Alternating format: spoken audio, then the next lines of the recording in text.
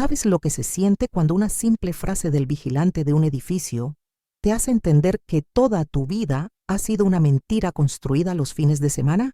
Cuando te das cuenta de que durante años has estado preparando cenas para un fantasma, esperando a un hombre que nunca estuvo donde te dijo que estaría. Esa noche, parada en el estacionamiento vacío de esa oficina, con una cena caliente en las manos y la verdad fría en el corazón, no solo descubrí que mi esposo me había estado engañando, descubrí hasta dónde es capaz de llegar una mujer cuando se da cuenta de que ha sido la tonta de la historia durante 35 años. Y lo que hice después me sorprendió hasta a mí misma. Soy Rosa, tengo 69 años y esta es la historia más retorcida que me ha tocado vivir. Una historia que comenzó con una mentira sobre trabajo extra y terminó con una verdad tan devastadora que cambió completamente quién soy. Lo que vas a escuchar es tan controversial, tan brutal, que tal vez te haga cuestionar todo lo que creías saber sobre hasta dónde puede llegar el amor de una esposa y hasta dónde puede llegar la venganza de una mujer traicionada. Es una historia que necesito contar porque hay secretos que te carcomen si no los compartes. Y este secreto me ha estado royendo el alma durante demasiado tiempo.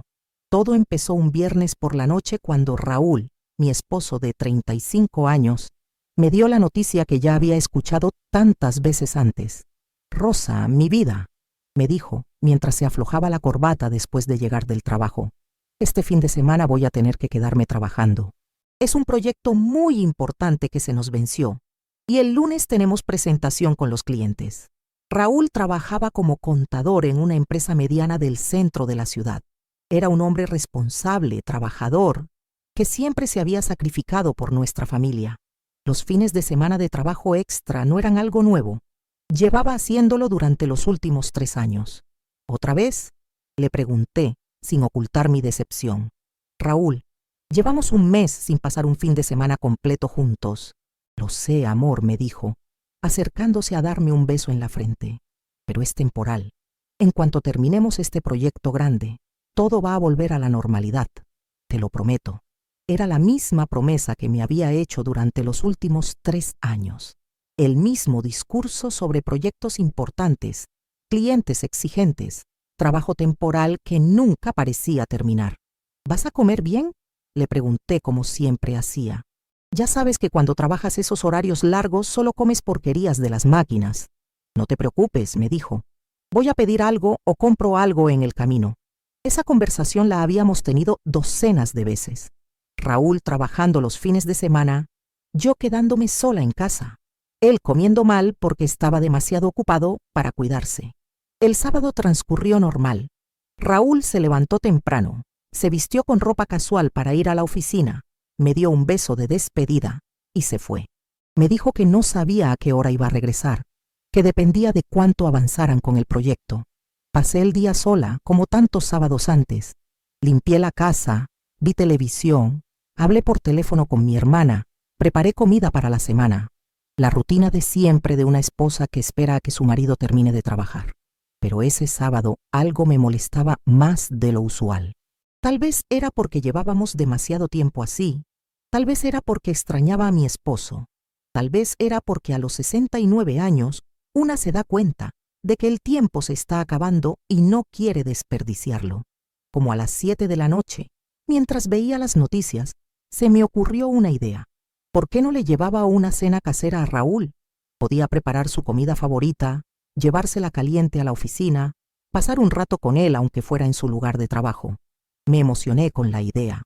Hacía años que no hacía algo romántico y espontáneo. Sería una sorpresa bonita, un gesto de amor que tal vez lo haría sonreír en medio de su trabajo estresante. Preparé pollo en salsa verde, su platillo favorito, con arroz y frijoles refritos. Lo puse todo en contenedores térmicos. Agregué tortillas recién hechas y hasta le llevé un flan que había hecho en la mañana. Me arreglé bonita, me puse perfume, tomé las llaves del auto y manejé hacia el centro de la ciudad donde estaba su oficina. Era un edificio de oficinas de 8 pisos, moderno, con varios despachos de contadores, abogados y consultores. Raúl trabajaba en el 5º piso, en una empresa que se llamaba Consultoría Fiscal Martínez, Llegué al edificio como a las 8:30 de la noche. El estacionamiento estaba prácticamente vacío.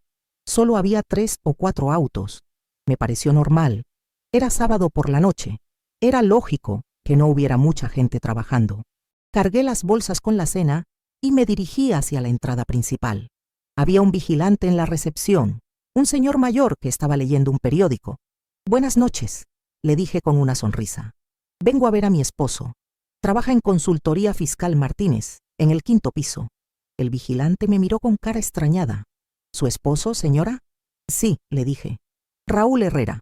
Está trabajando horas extra este fin de semana». El vigilante revisó una bitácora que tenía en su escritorio, pasó varias páginas, revisó de nuevo. «Señora», me dijo finalmente, «aquí no ha habido nadie trabajando desde el viernes. El edificio está prácticamente vacío desde las 6 de la tarde del viernes». Me quedé paralizada. «¿Cómo que no ha habido nadie? Mi esposo me dijo que iba a estar trabajando todo el fin de semana». «Señora», me dijo el vigilante, «yo estoy aquí desde las 6 de la tarde. No ha subido nadie a las oficinas. Y revisando la bitácora, tampoco estuvo aquí ayer en la noche. ¿Puede verificar específicamente Consultoría Fiscal Martínez?», le pregunté, sintiendo que algo se me revolvía en el estómago. El vigilante revisó de nuevo, más cuidadosamente. «Señora, esa empresa cerró hace como 2 horas el viernes como todas las demás. No hay registro de que hayan regresado para trabajar fin de semana». Las bolsas con la cena se me resbalaron de las manos. «¿Está seguro?», le pregunté con voz temblorosa. «Completamente seguro, señora. Aquí llevamos registro de todo el que entra y sale. Su esposo definitivamente no ha estado aquí este fin de semana». ¿Y otros fines de semana?», le pregunté, aunque no estaba segura de querer saber la respuesta. El vigilante revisó páginas anteriores de su bitácora. «Señora, por lo que veo aquí, los fines de semana casi nunca hay nadie trabajando en este edificio. Muy rara vez alguien viene a trabajar sábados o domingos». El mundo se me vino abajo. Si Raúl no había estado trabajando este fin de semana, si raramente alguien trabajaba fines de semana en ese edificio, entonces ¿dónde había estado mi esposo todos estos sábados y domingos durante los últimos 3 años? ¿Dónde había estado cuando me decía que tenía trabajo extra? ¿Qué había estado haciendo durante todos esos fines de semana que yo me quedaba sola en casa, creyendo que él se estaba sacrificando por nosotros? «Señora», me dijo el vigilante con gentileza, «¿está usted bien? ¿Necesita que llame a alguien?». «No», le dije, recogiendo las bolsas con la cena que ya se había empezado a enfriar. «Estoy bien. Gracias por su ayuda». Salí de ese edificio como si estuviera caminando en una pesadilla. Me subí a mi auto y me quedé ahí sentada durante no sé cuánto tiempo, tratando de procesar lo que acababa de descubrir. Raúl me había estado mintiendo durante 3 años. 3 años de fines de semana falsos, de trabajo extra que no existía, de sacrificios que eran mentira. Pero ¿dónde había estado?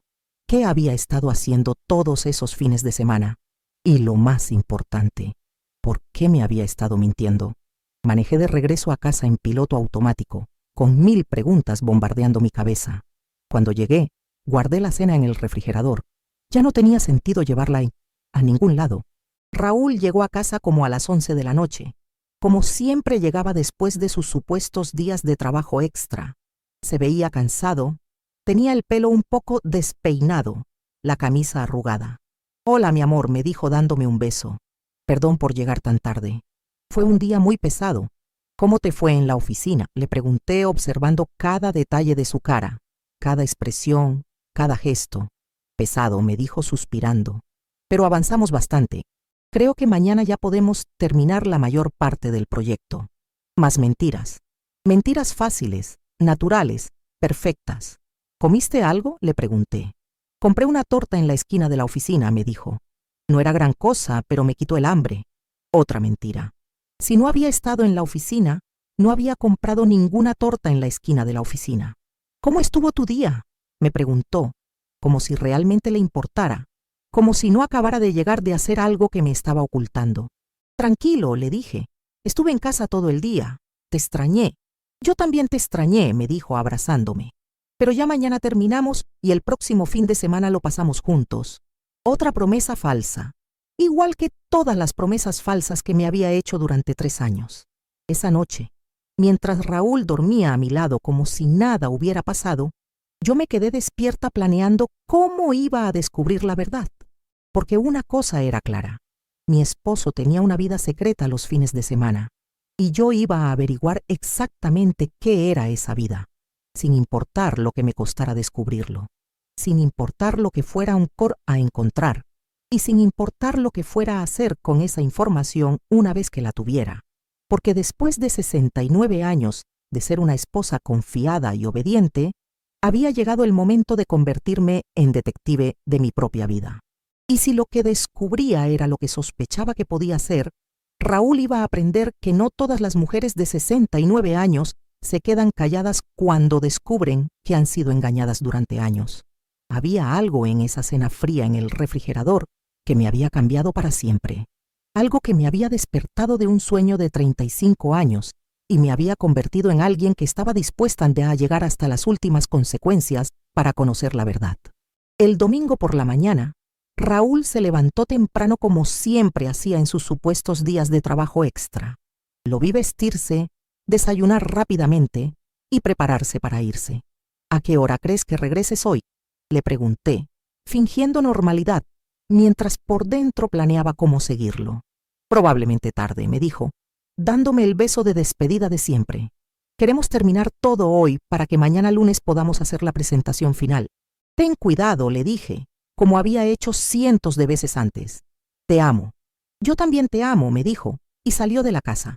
En cuanto escuché que su auto se alejaba, me vestí rápidamente, tomé las llaves de mi auto y salí a seguirlo.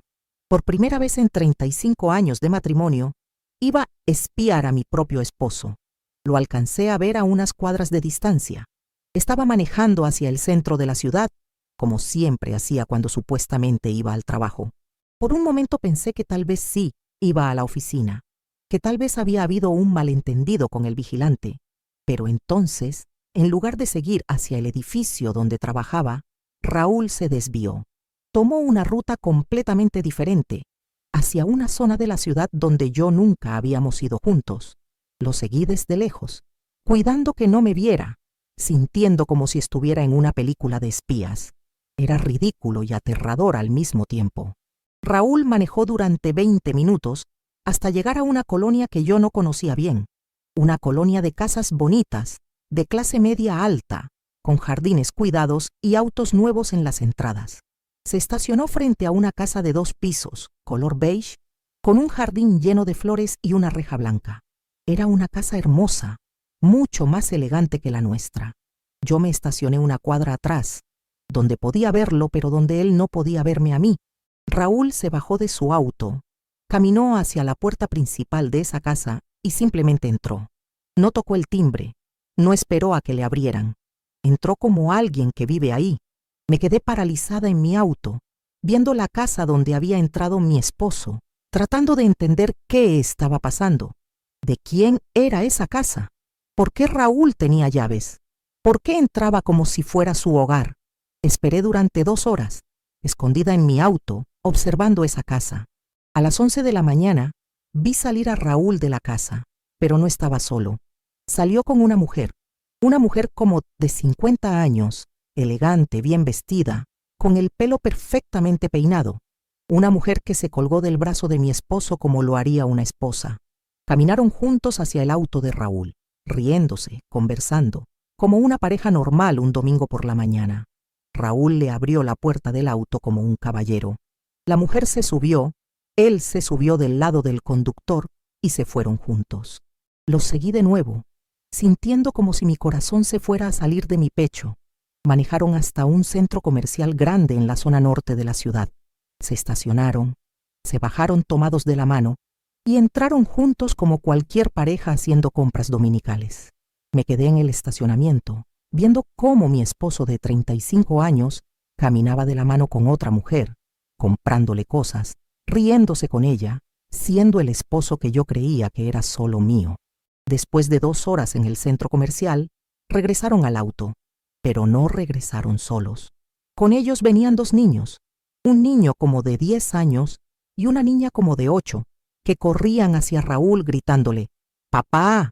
y se colgaban de él como cualquier niño se cuelga de su padre. Raúl tenía otra familia. No solo tenía otra mujer, tenía otros hijos. Había estado viviendo una doble vida durante años y yo había sido demasiado ciega para darme cuenta. Los seguí de regreso a la casa beige y vi cómo bajaron las compras del auto, cómo los niños corrían hacia la casa, cómo Raúl y esa mujer entraron juntos como la familia perfecta que obviamente eran. Me quedé ahí sentada en mi auto durante horas, viendo esa casa donde mi esposo tenía su otra vida, su vida real, su familia real, mientras yo me quedaba sola los fines de semana pensando que él se sacrificaba trabajando. Él estaba aquí viviendo como el padre y esposo que nunca había sido conmigo. Mientras yo preparaba comida para la semana en mi casa vacía, él estaba desayunando con sus hijos reales en esta casa llena de vida. Mientras yo esperaba pacientemente que regresara de su trabajo extra, él estaba construyendo una familia que yo ni siquiera sabía que existía. Raúl salió de la casa como a las 8 de la noche. Se despidió de la mujer con un beso en la boca, abrazó a los niños y se dirigió hacia su auto. Regresaba a casa conmigo, a seguir fingiendo que era el esposo trabajador que se sacrificaba por nuestro matrimonio. Llegué a casa antes que él. Me metí en la regadera y lloré como no había llorado en décadas. Lloré por los 35 años de matrimonio que habían sido una mentira. Lloré por la familia que él había construido a mis espaldas. Lloré por la vida que yo había desperdiciado siendo la esposa de un hombre que en realidad era el esposo de otra mujer. Cuando Raúl llegó a casa esa noche, yo ya había tomado una decisión. No iba a confrontarlo inmediatamente. No iba a hacer un escándalo emocional donde él pudiera manipularme con lágrimas o excusas. Iba a investigar todo. Iba a descubrir todos los detalles de su doble vida. Iba a conocer a esa mujer, a esos niños, a entender completamente la magnitud de su traición. Y después iba a planear la venganza más devastadora que una mujer traicionada pudiera imaginar. «¿Cómo te fue hoy?», me preguntó Raúl cuando llegó, dándome el beso falso de siempre. «Bien», le dije, fingiendo normalidad por primera vez en nuestro matrimonio. «Te estuve esperando. ¿Terminaron el proyecto?». «Sí», me mintió con facilidad. «Mañana ya solo tenemos que hacer la presentación». Fue un fin de semana muy productivo construyendo su familia secreta mientras destruía la mía. «¿Tienes hambre?», le pregunté. «Te guardé comida». «Un poquito», me dijo. «Pero no mucha, compré algo en el camino». Otra mentira. Había comido con su otra familia en su otra casa. Esa noche, mientras Raúl dormía a mi lado, después de haber pasado el día con su verdadera familia, yo planifiqué meticulosamente cómo iba a destruir la vida doble que había construido con mis años robados. Porque una cosa había aprendido en esas horas horribles sentada en mi auto. Ya no era Rosa la esposa ingenua. Ahora era Rosa la mujer traicionada. Y las mujeres traicionadas son capaces de cosas que las esposas ingenuas nunca podrían imaginar. Durante las siguientes semanas desarrollé una rutina. Cada vez que Raúl supuestamente tenía que trabajar extra, ya fuera entre semana o fines de semana, yo lo seguía. Descubrí que su otra vida era completamente normal, completamente real. Iba a las juntas escolares de sus hijos. Llevaba a la mujer al médico. Compraban juntos los víveres para la semana. Celebraba cumpleaños familiares. Era el esposo y padre perfecto que nunca había sido conmigo. Contraté a un investigador privado para que averiguara todo sobre esa mujer y esos niños. Se llamaba Patricia. Era enfermera en un hospital privado y creía que Raúl era un ejecutivo que viajaba mucho por trabajo. Los niños se llamaban David y Sofía. Iban a escuelas privadas caras y adoraban a su papá que los visitaba cuando no estaba viajando por trabajo. Patricia no sabía que Raúl estaba casado conmigo. Los niños no sabían que su papá tenía otra familia. Ellos también eran víctimas de las mentiras de Raúl. Pero eso no los iba a salvar de lo que yo estaba planeando. Porque cuando una mujer de 69 años descubre que ha desperdiciado 35 años de su vida siendo la esposa número 2 sin saberlo, no le importa quién más salga lastimado en su búsqueda de justicia. Durante un mes entero estudié la vida secreta de Raúl como si fuera mi trabajo de tiempo completo. Sabía los horarios de Patricia en el hospital, las actividades extracurriculares de los niños, los lugares donde compraban, los restaurantes donde comían, incluso los nombres de sus amigos y vecinos. Descubrí que Raúl llevaba viviendo esa doble vida durante 8 años. 8 años mintiendo sobre trabajo extra para construir una familia paralela. Patricia y él se habían conocido cuando ella trabajaba en una empresa, donde él manejaba la contabilidad, se enamoraron y él simplemente decidió tener 2 vidas en lugar de elegir una. Lo más doloroso era darme cuenta de lo feliz que se veía en esa otra vida. Con Patricia reía de manera diferente, más genuina. Con los niños era paciente, cariñoso, presente. Era la versión de Raúl que yo había querido tener durante décadas, pero que él reservaba para su familia secreta. También descubrí que económicamente estaba manteniendo a las 2 familias.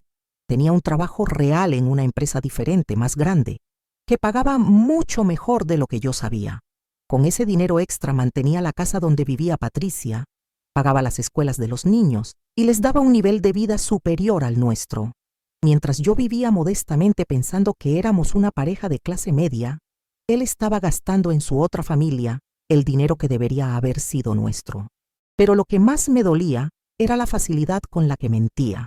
Llegaba a casa después de un día de familia perfecta con Patricia y los niños y me contaba elaboradas historias sobre reuniones de trabajo, clientes difíciles, proyectos estresantes. Mentía mirándome directamente a los ojos, con una naturalidad que me hacía entender que había perfeccionado ese arte durante años. Una tarde, después de seguirlo a un partido de fútbol de David, donde Raúl gritaba y aplaudía, como cualquier padre orgulloso, tomé la decisión final. Ya no era suficiente conocer la verdad. Necesitaba hacer justicia. Contraté a un abogado especialista en divorcios complicados y le mostré toda la evidencia que había recopilado. Fotos, videos, documentos, horarios, todo. Señora Rosa, me dijo el abogado después de revisar todo, este es uno de los casos más claros de fraude matrimonial que he visto. Su esposo no solo le ha estado mintiendo, sino que ha estado desviando recursos familiares para mantener una relación adúltera. Usted puede quedarse con todo en el divorcio. No quiero solo quedarme con todo, le dije. Quiero que él pierda todo.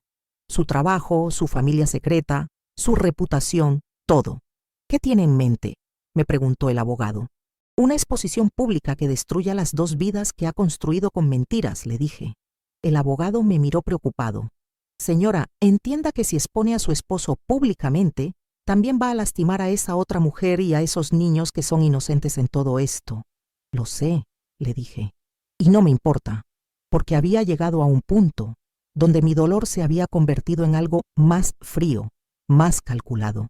Ya no era solo sobre mí y Raúl, era sobre el principio de que las mentiras deben tener consecuencias, sin importar quién más salga herido. Planifiqué la exposición para un sábado por la tarde, cuando Raúl estuviera en la casa con Patricia y los niños. Contraté a otro investigador para que averiguara si ese día había algún evento especial en esa familia. Resultó que era perfecto. Era el cumpleaños número 11 de David, y habían organizado una fiesta en el jardín de la casa con todos sus amigos de la escuela, los padres de los amigos y los familiares de Patricia.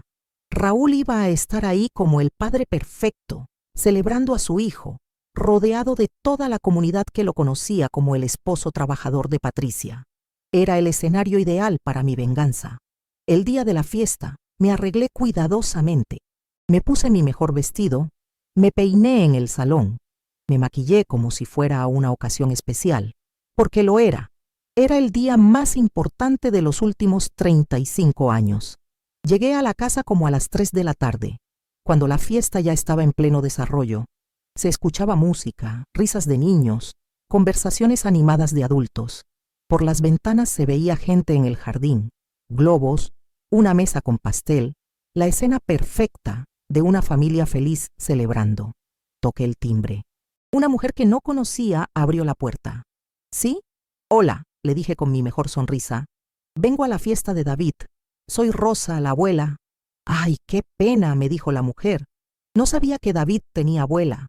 Pase, pase, la fiesta está en el jardín. Caminé hacia el jardín trasero, donde había como 30 personas celebrando.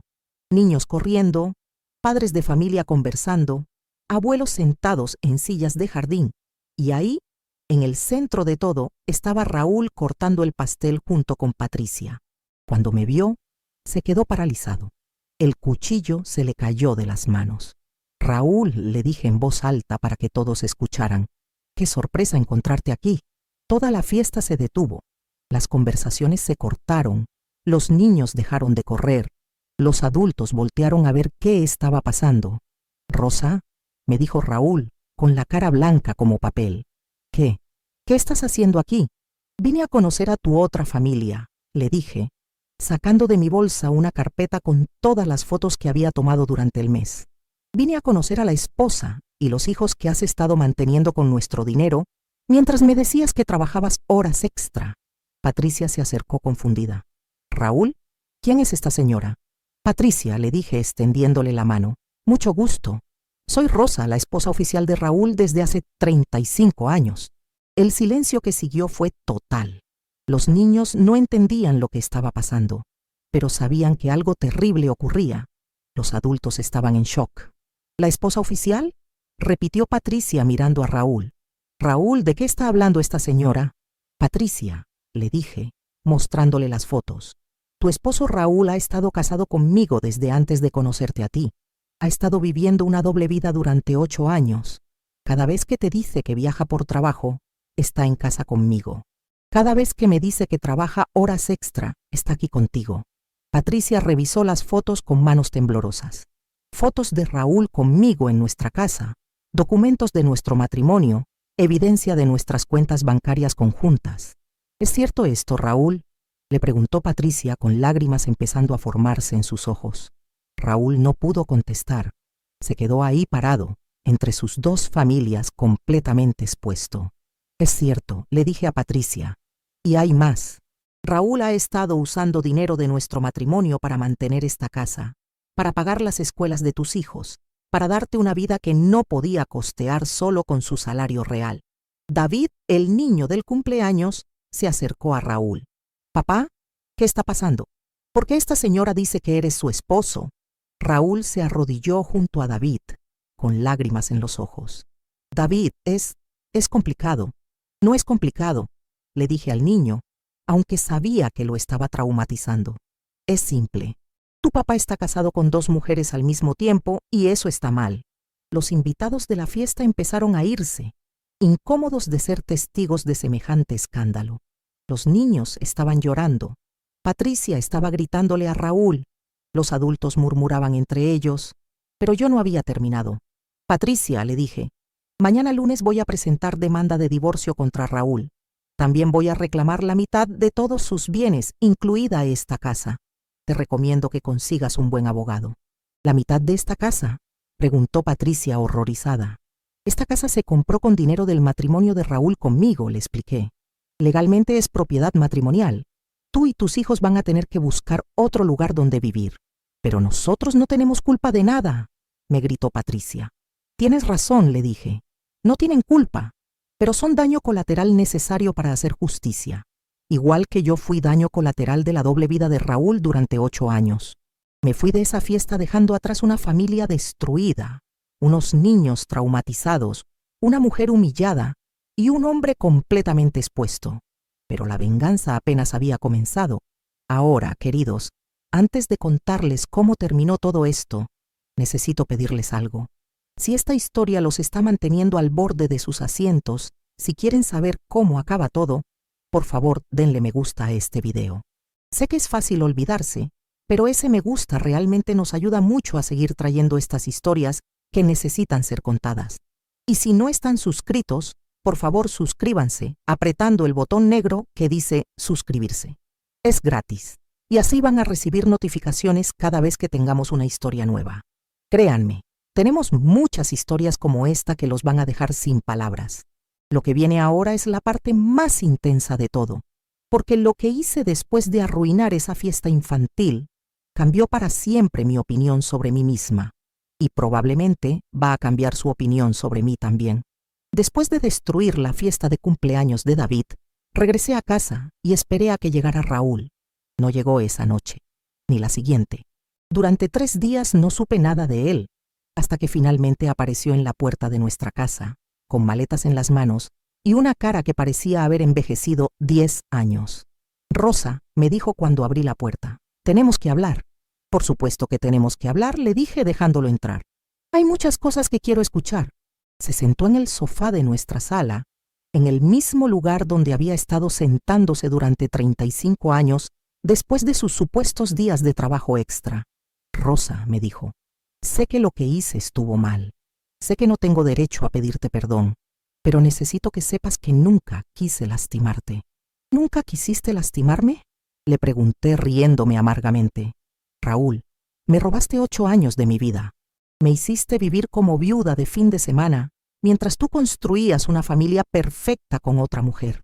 Las cosas se complicaron, me dijo. Cuando conocí a Patricia, no planeaba enamorarme, pero pasó. Y después estaba embarazada y no pude abandonarla. Pero sí pudiste abandonarme a mí.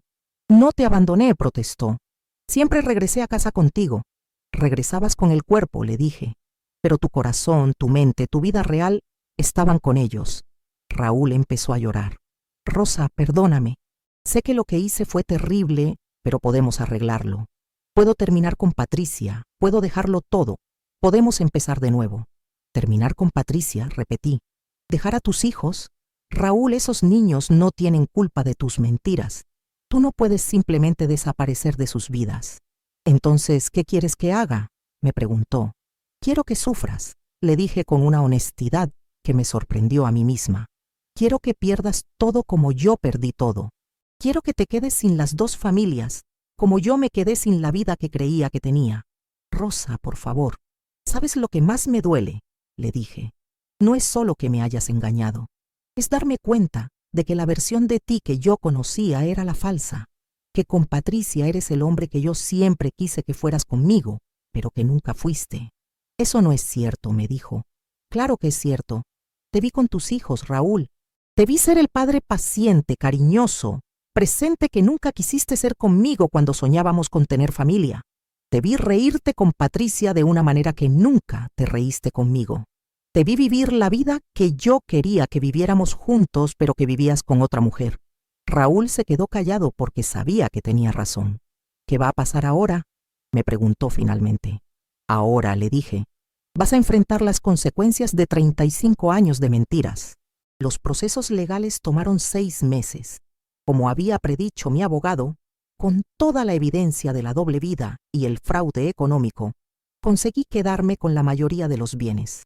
La casa donde vivíamos, los ahorros, el auto y la mitad de la casa donde vivía Patricia. Patricia también demandó a Raúl. Entre las 2 lo dejamos prácticamente sin nada. Pero lo más devastador para Raúl no fue perder las propiedades, fue perder a las 2 familias. Yo, obviamente, me divorcié de él y le prohibí volver a acercarse a mí. Patricia, destrozada por el engaño y la humillación pública, se mudó con los niños a otra ciudad para escapar del escándalo. Le prohibió a Raúl volver a ver a David y Sofía. Raúl se quedó completamente solo, sin esposa, sin hijos, sin familia, sin dinero, sin reputación. Se mudó a un departamento pequeño en una zona fea de la ciudad y empezó a trabajar en empleos menores para sobrevivir. Yo me quedé en nuestra casa, finalmente dueña de mi propia vida después de 69 años, pero no me sentía victoriosa, no me sentía feliz, no me sentía satisfecha, porque cuando destruí la doble vida de Raúl, también destruí a 2 niños inocentes que perdieron a su padre por algo que no era su culpa. David y Sofía nunca entendieron completamente por qué su papá desapareció de sus vidas. Solo sabían que un día había una fiesta de cumpleaños feliz y al día siguiente su mundo se había desmoronado.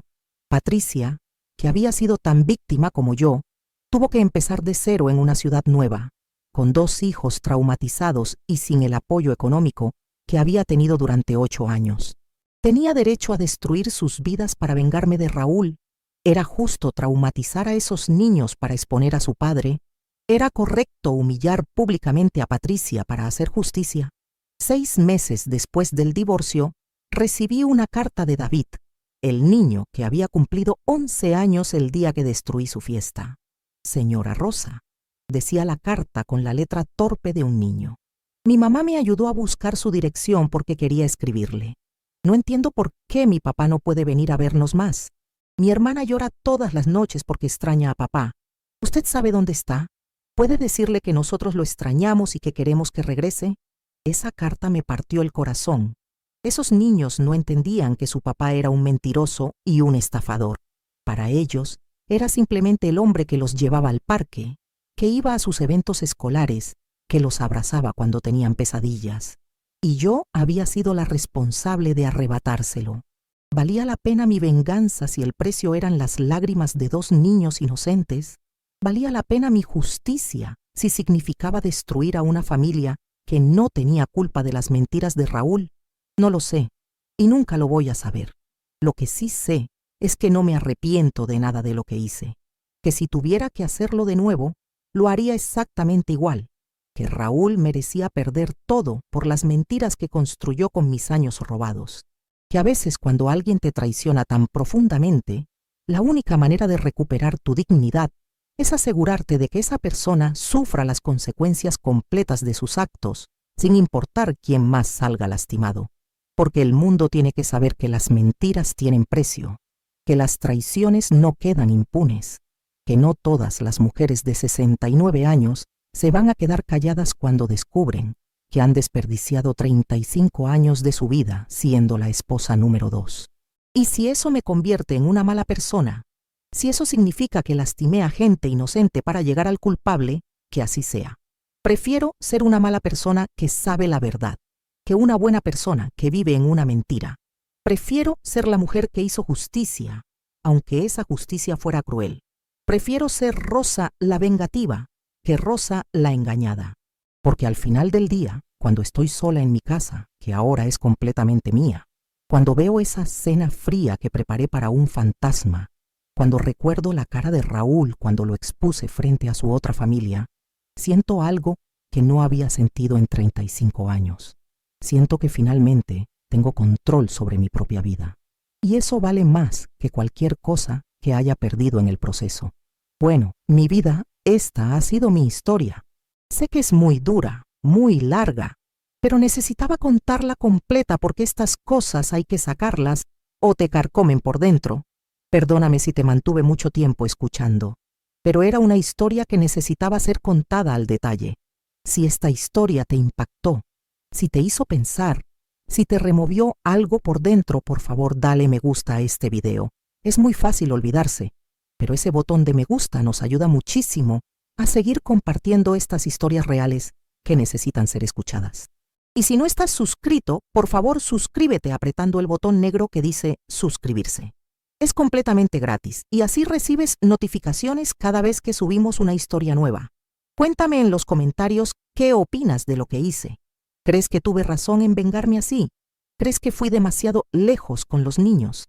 ¿Tú qué habrías hecho en mi lugar? Si has vivido algo similar, si has descubierto mentiras en tu matrimonio, cuéntamelo en los comentarios. A lo mejor tu historia también merece ser contada. Y recuerda, todos los días estamos aquí con nuevos relatos que te van a dejar sin aliento, historias reales, historias que duelen, historias que necesitan ser escuchadas.